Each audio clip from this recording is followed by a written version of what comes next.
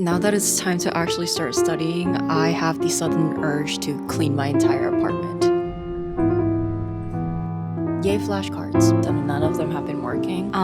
So my experiment failed once again. I don't know, this is a conversation for me and my therapist.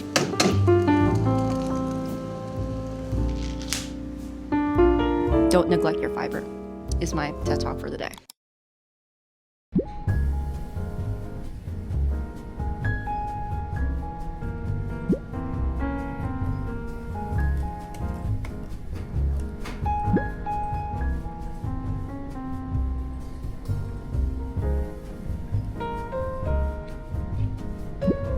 Water's fine too, but How easy, like so stupid. there's no. It's just like a little bit of routine. Okay.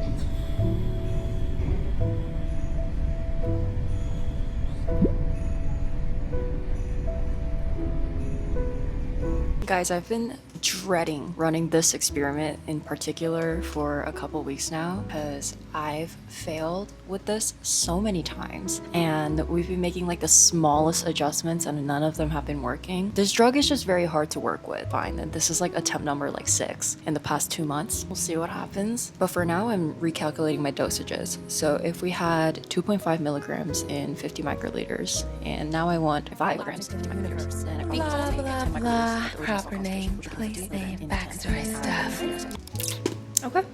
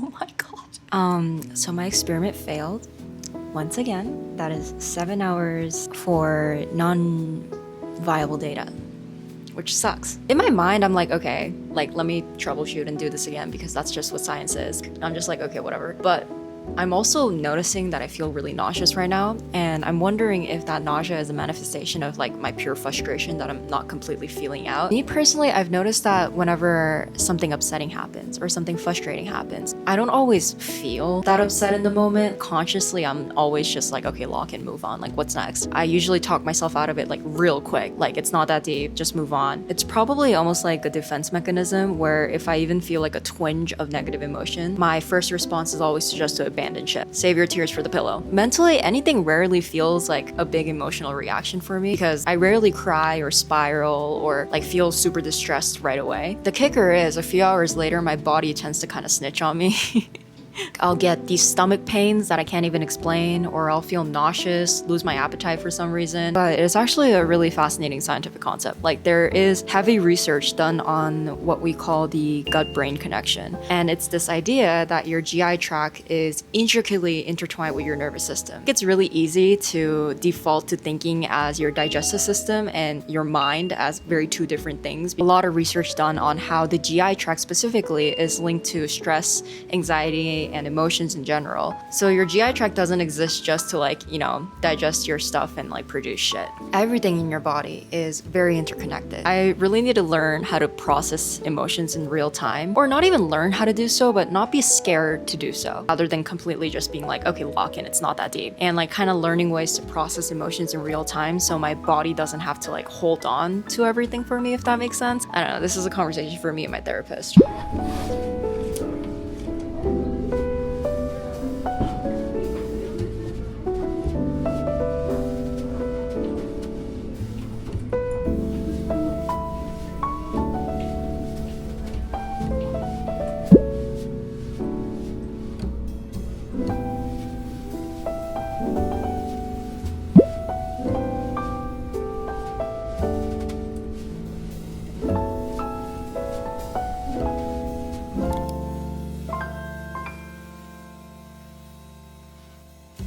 I feel like I've been bumming it out in a hoodie and sweats every single day this week. But listen, it's the final stretch. I really have no defense. I hope you guys... Aww. Wait, I just got a notification from a comment from one of you guys. Someone said, I love your vlogs. Receiving your notifications brightens my day.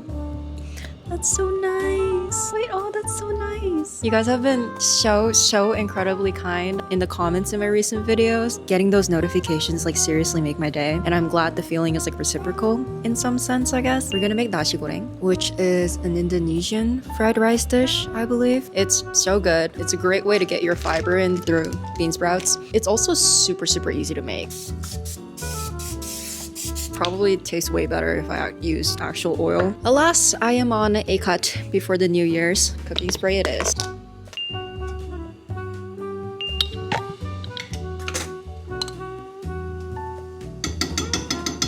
The key to having a good stir fry, whether it's stir-fried rice, stir-fried vegetables, stir-fried whatever, is your aromatics within your oil. So I like to add a ridiculous amount of garlic.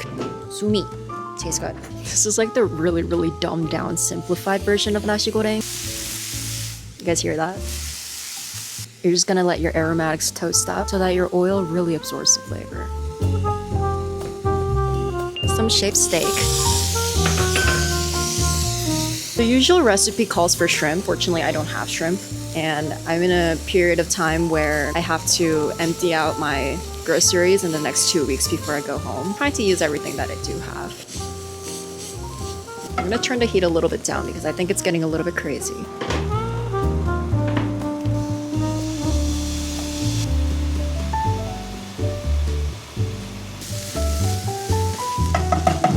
Now we're gonna add some rice. And what do I always tell you? Cold rice. For your stir fries, cold rice is always the way to go for better texture. Once that's nice and fried, we're gonna add our egg. I wish I was skilled enough to crack this with one hand. Should we try it? I feel like this is a low risk, high return attempt. Because like, what's the worst that can happen?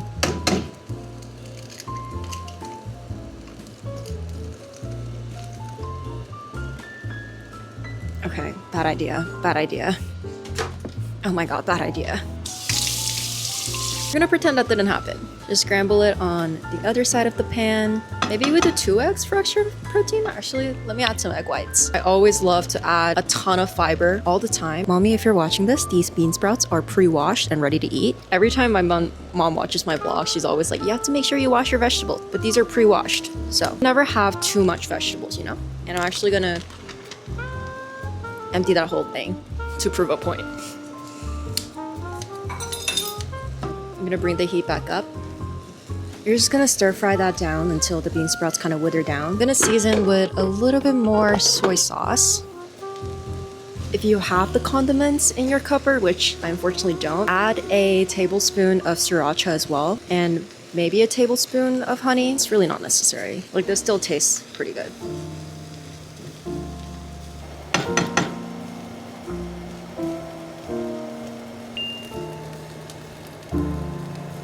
Are you guys excited? I'm excited.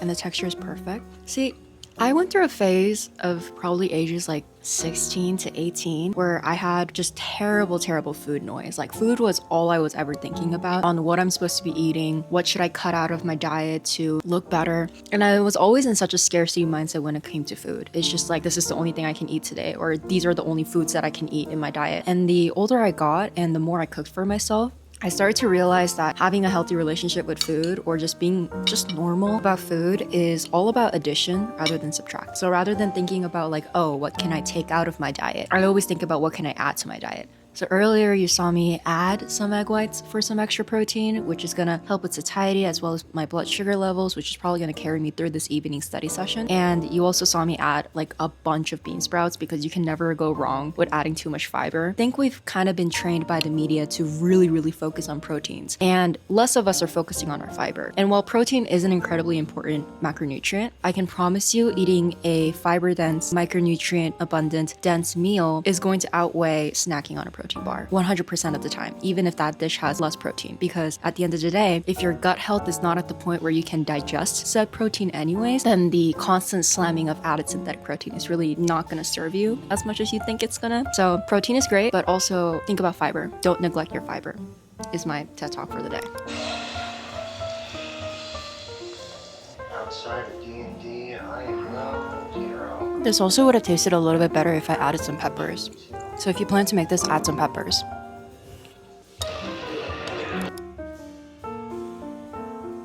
Now that it's time to actually start studying, I have the sudden urge to clean my entire apartment. Oh my god.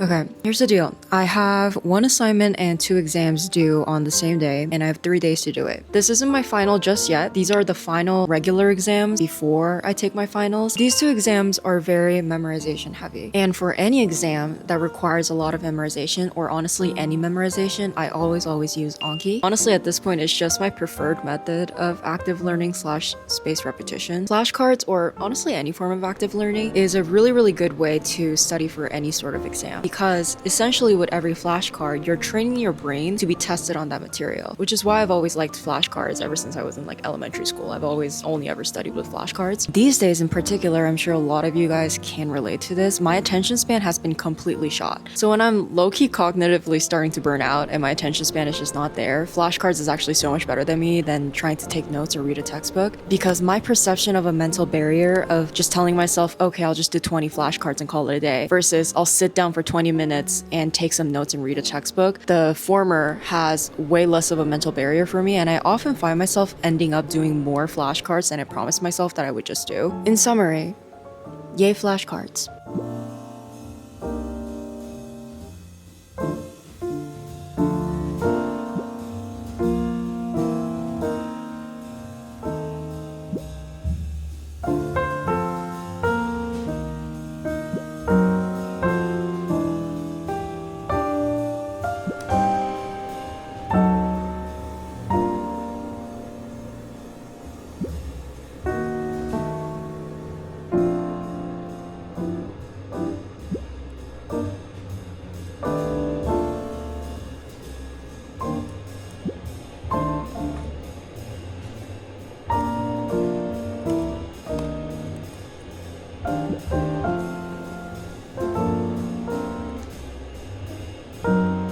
Okay, it might be the long lab day that just sucked the life out of me, but I am cognitively done.